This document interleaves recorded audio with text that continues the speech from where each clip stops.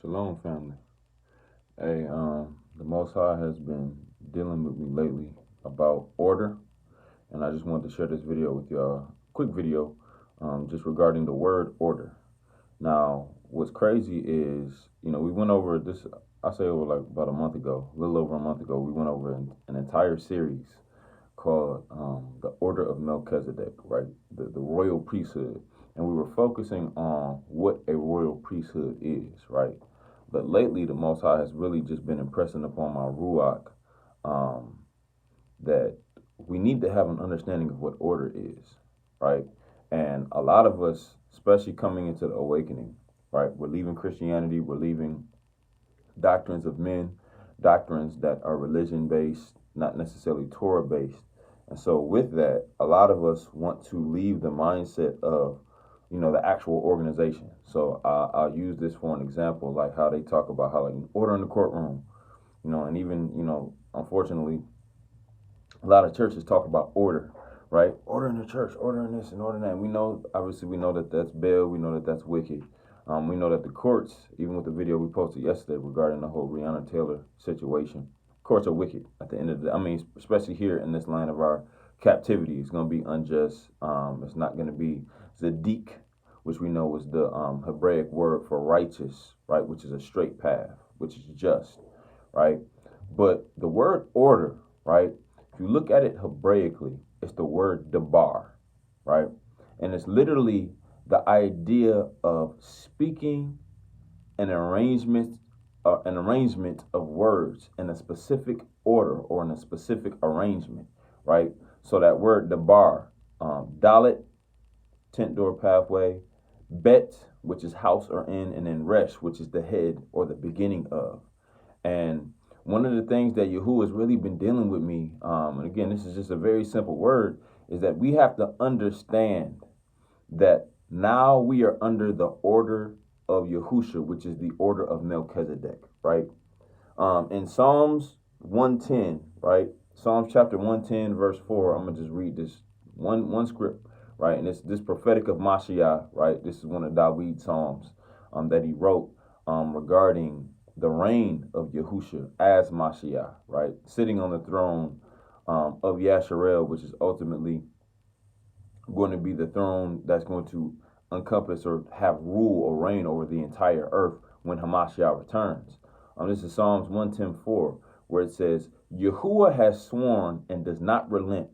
You are a priest forever according to the order of Melchizedek. Some versions may say forever after the order of Melchizedek. So what the scripture is saying is that Yahusha is eternally. That word forever, right, is olam, right? It's the idea of being outside of time and space. It's eternal, right?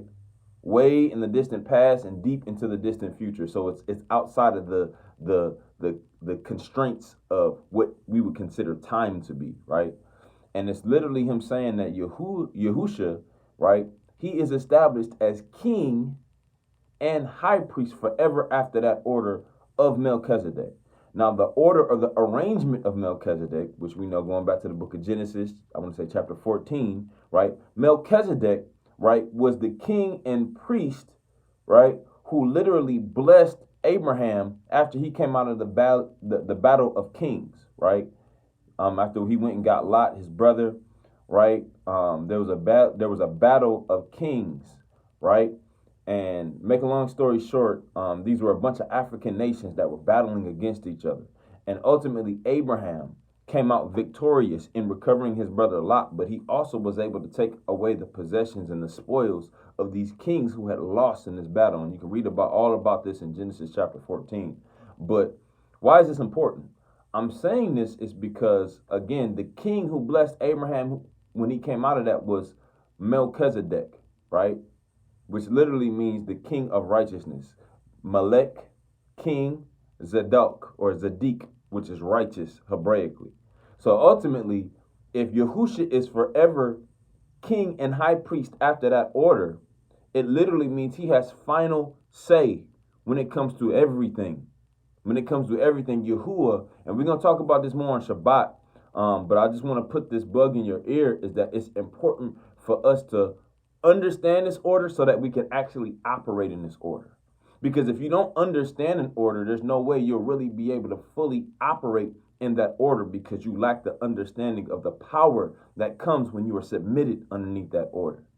So I just want to put this in your ear, man. Definitely study that word, debar. Study that word order and what it really means to be submitted under the order, because there's no way that you can operate in any type of authority or power when you're not submitted to it, and you can't submit to it if you don't understand it, right? So again, this ultimately means, I'm just using this in our vernacular, in English terms. Yahusha has final say.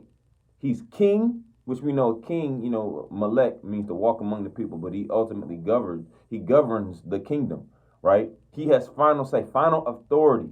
His arrangement of words, his instruction is the final say when it comes to all matters. That's why when Hamashiach did arrive on the scene, right, you read the Gospels, he was able to chastise and rebuke all the Pharisees who claimed to be following Torah. He was able to correct everything that was going on with them because he had the Ruach without measure, and he was able to decipher their use of Talmud versus them claiming to be in Torah, right? And the only way that Talmud came in there was, going back to our captivities and going back to ancient Babylon. Those are demonic doctrines that take you back to sun worship, that take you back to witchcraft, that take you back to idolatry, where men who were claiming to be Hebrews were still worshiping the sun to the east. They were still, again, and that's ultimately where the origin of Sunday worship comes from, which is why we must keep the Shabbat if we're going to stay on this straight and narrow Zedek path of righteousness. But again, Hamashiach was able to correct these leaders. Shalom. Hamashiach was able to correct these leaders because, again, he is established as the high priest forever, king and high priest forever after the order of Melchizedek, because Melchizedek was who? He was what? He was a king and he was the high priest of Salem, right? So, or Jerusalem per se, which is the city of peace. So I'm just saying all this to say that we got to understand what order is in order to operate it. And that ultimately means that Yahusha has the final say when it comes to Yahuah has delegated this authority to him. Why? Because Yahusha submitted himself under Yahuah. That's why he offered himself up as our Passover lamb.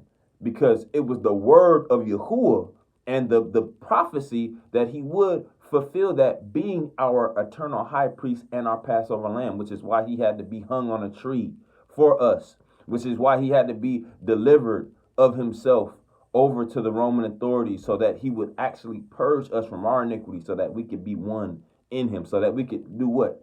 Submit now to that order. So again, so many people who have so many questions about, who has final say? Who is John the Baptist? Who are these prophets? Who Paul's word versus Kepha's word versus Yaakov or James's word versus Rabbi Shaul's word, and they comparing on John the apostle, his word versus, man, look, Hamashiach, Yahusha has final say. We are forever under the order of Melchizedek, which is literally us following Hamashiach in Yahuwah's order. Why? Because he's king. And again, we're going to definitely go way deeper into this tomorrow, but the Ruach led me to make this video because there's so many of us that are awakened to who we are as Hebrew Israelites, bloodline Hebrew Israelites, but we're not submitted to the spiritual. We're not submitted to the Ruach. We're not submitted to the authority of Hamashiach that comes through the Ruach, right? That's why he gave us the comforter. That's why he gave us the Ruach, because it was literally his blood that allowed us to fall into the order of Yahuah, right? That's the order of Melchizedek. He has final say. So we have to be in tune. That's how we spiritually elevate, by being in tune with what he's instructing us to do. That's what the word Torah literally means, Yorah, right? The direction we are supposed to go. And that direction only comes from Yahusha, right? Well, it comes from Yahuah through Yahusha, right? Who is our eternal high priest forever after the order of Melchizedek. He has final say. So I just wanted to put that out there for y'all, something to meditate on today as you prepare for your Shabbat. Shalom.